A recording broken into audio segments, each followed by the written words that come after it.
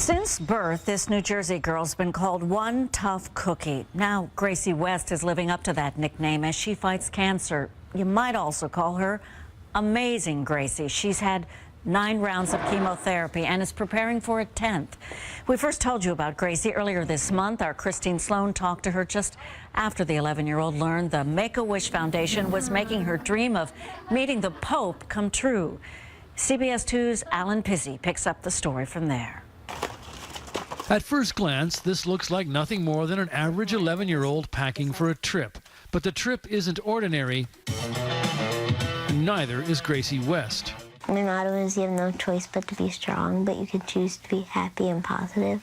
That's helped me through tons of stuff. A year ago, Gracie was diagnosed with stage 4 neuroblastoma, a cancer that affects the nerve cells. Never thought I would be, oh, what do you do next week? Oh, I'm going for chemo. I can't come to your birthday party. It's like the new normal. A good Catholic, she prayed for strength.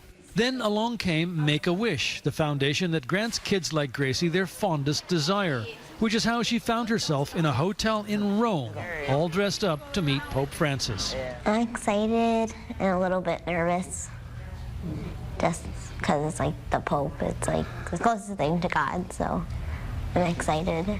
The family got reserved seats at the Pope's weekly audience, but only Gracie and her brother Joe were going to be allowed into the exclusive area where they'd be guaranteed to meet Pope Francis one-on-one. But when the moment came, it wasn't exactly like being in church. A zealous adult with no thought but shoving a present at the Pope nearly knocked Gracie aside.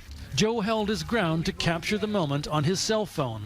I just wanted to put her forward to make sure she got the blessing.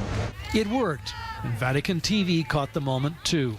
It's amazing because he's like the closest thing to God, and he gave me and Joey a blessing. It's just crazy. The West family say that faith has been a major factor in getting them this far and is what they rely on to keep them going. Tell me again the story of how you got to be called one tough cookie. Gracie summed up the papal blessing this way. It's just gonna make my faith more stronger, I feel like. It's gonna help me more. I feel like it's gonna help me through stuff more. Helped along by that other essential element of a visit to Rome, a fine lunch of pasta and fresh artichoke, a special treat for a very, very special little girl.